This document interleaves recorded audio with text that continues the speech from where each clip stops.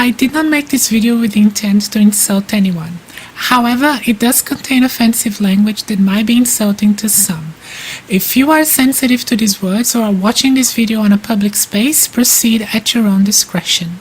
You've been warned. Tranny, gook, kike, nigger, queer, cis, white, male. What these words have in common is that they are used or have been used as slurs. With a lot of talk today in society regarding hate speech and hate speech laws, the topic of slurs have become very prominent among linguists and philosophers of language, especially the attempt to understand the mechanisms by which slurs are so insulting. For the past couple of weeks, I have done some reading, some research on the topic. I wanted to find something regarding neurolinguistics and neuroscience. Unfortunately, I really couldn't find anything specific to slurs. If someone has any recommendation, it would be greatly appreciated. But I found quite a lot of stuff on linguistics. And there are many ways that linguists and philosophers approach slurs. One of the approaches to the phenomenon is meaning, is whether slurs have or don't have a different meaning than non-offensive words. For example, to say German and to call someone a kraut is not the same thing. Kraut creates a very negative response and is seen as an insult, while the word German isn't. Why is that so?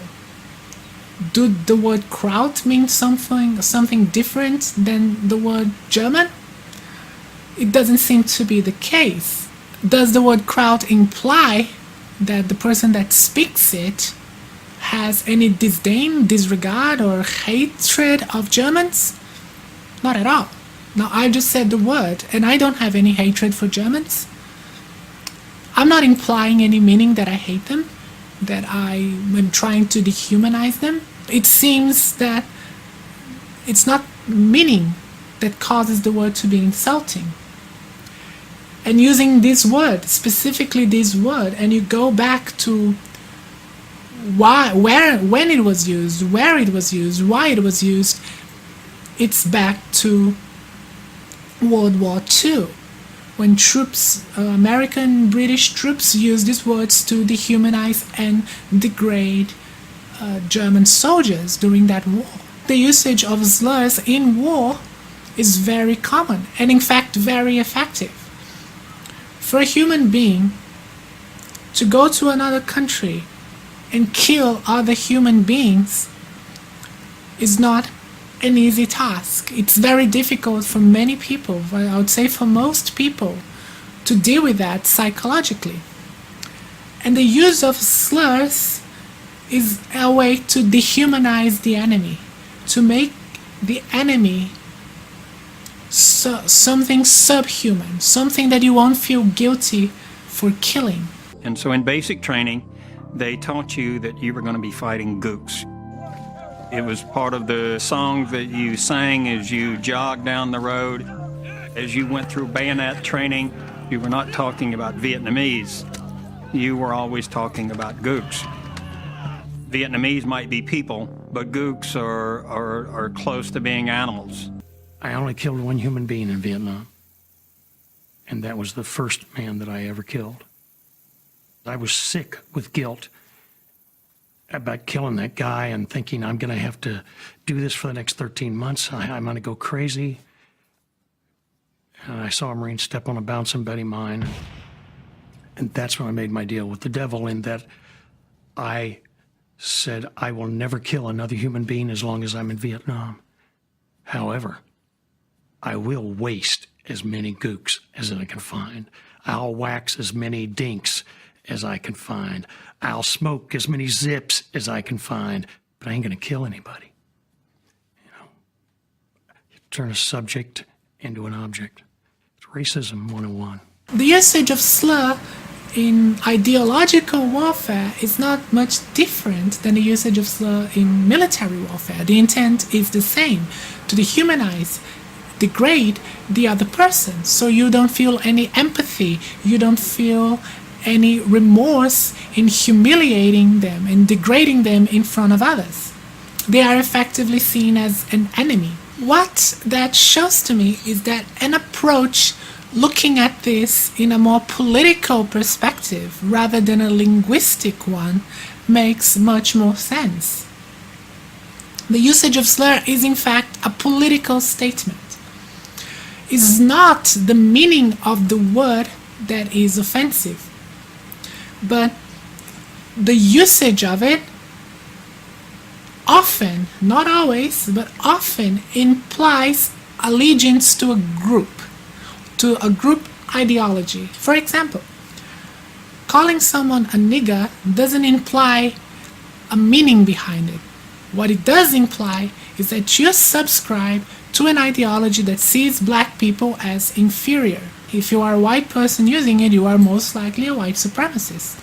You see white people as superior to black people, and you use that slur as a way to dehumanize, degrade black people and put them in their place. That's why you use that word instead of using, for example, a more polite expression like African American or black. This seems to me the case with most slurs. Now we can use another example. We can use the example of cis white male that I used in the introduction of the video. That is mostly an innocuous expression. Most people will not take offense with it, will not say it with the intent to insult anybody. But in many queer groups, especially more radical groups, the word is often used as a way to dehumanize and degrade someone perceived to be an enemy, and especially someone who is perceived to be privileged. Die, cis, scum.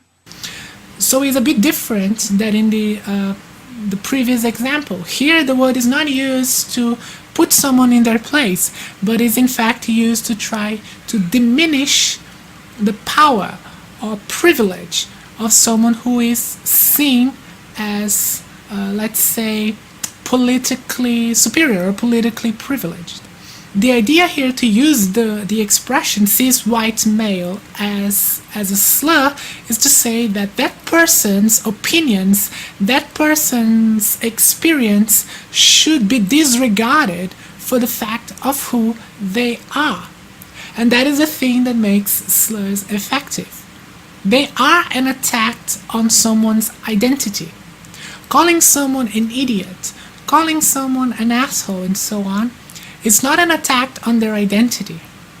While slurring someone, you are saying that a basic characteristic of that person, something that that person identifies as being very important to them, is in itself degrading. If you call someone a tranny, you are saying you subscribe to an ideology that sees transgender people as being inferior. The quality of being transgender is in itself degrading. That is what is being implied here. It's a subscription to a group ideology. Another argument to support this idea is that slurs usually don't start as such. They start simply as words to describe others. And one great example of that is the expressions people of color and colored.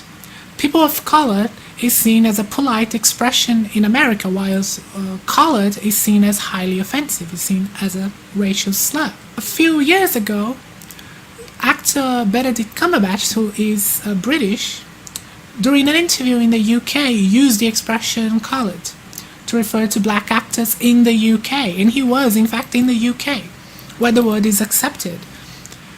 When people in America watched the interview, they were shocked and offended by his usage of that word.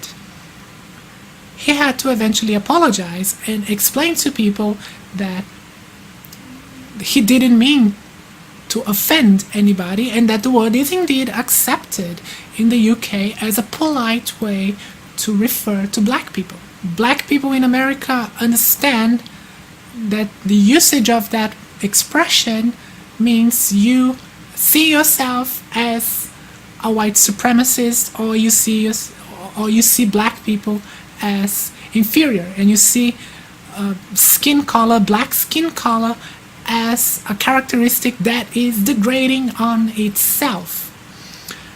Not the case in the UK, and that's what makes it a compelling case for the idea of slurring people as a subscription to group ideology. The appropriation of slurs by those who are target of it is another demonstration of the political elements behind slurs. For example, the word queer used to be a slur for gays and lesbians, and now it is used among gay and lesbians, and outside of the community is not even used as a slur anymore because it completely lost its power of slurring others. The word didn't change its meaning. The meaning of the word queer is still the same. It means someone who is gay or bisexual. But it's no longer associated with an ideology that sees being gay as something humiliating and degrading and dehumanizing.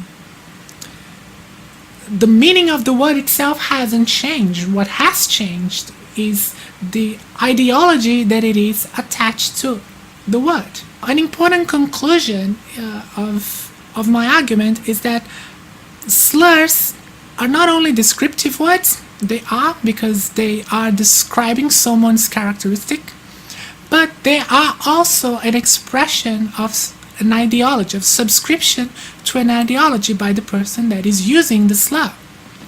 But not always. And that is an important distinction to make. One example is the word faggot. The word faggot is often used as a slur to gay people, as an attempt to degrade, insult someone who is gay. But not always. Many times men use this word, especially men use this word as a direct insult to another person. Like, instead of using the word asshole, use the word faggot with the same intent, not trying to offend gays, but to offend that person directly. Or sometimes it's even used as a word of affection among men. This is the biggest challenge regarding slurs, because not always the speaker who uses these words subscribes to ideologies of racism, homophobia, and so on. Comics, for example, use slurs often because of shock value. All right, let me explain that joke to functional people in the crowd. Let me explain this. All right. This is how it works with guys.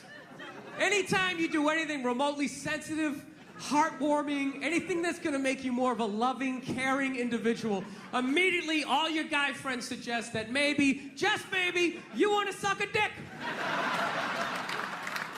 Oh, it's brutal. Even if you do something smart, right? Like it's raining out. He's got an umbrella. What a fag! Oh my God! What, are you afraid of the water? Put your shoulders up, you fucking homo! Because they know these words are seen as forbidden, as impolite by most people. And using them will have a lot of repercussion, and that's what they want. They want to cause people, they want people to be shocked at their performance.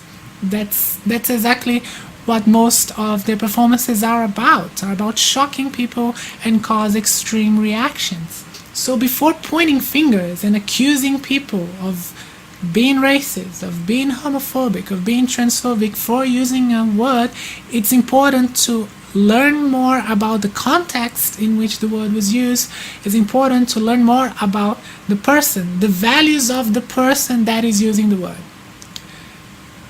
It's very dangerous to make rushed judgments about people, about what they stand for, without having a full picture. I don't think there is any controversy over the fact that slurs are very offensive words. They are often used with the intent to degrade and humiliate others, and people who use them are pretty aware of that. So next time you are the target of a slur, keep that in mind. The shame is not on you, and there is no reason for you to feel insulted by it. The shame is on the other person for subscribing to very objectionable ideas. Now, thank you for staying with me until the end. I've been Michel. If you like my content, please subscribe to my channel. If you like this video, please share it with your friends. Share it with people who you think will hate it, because these are the people that need to watch it the most. And thank you for watching, and I will see you next time. Cheers.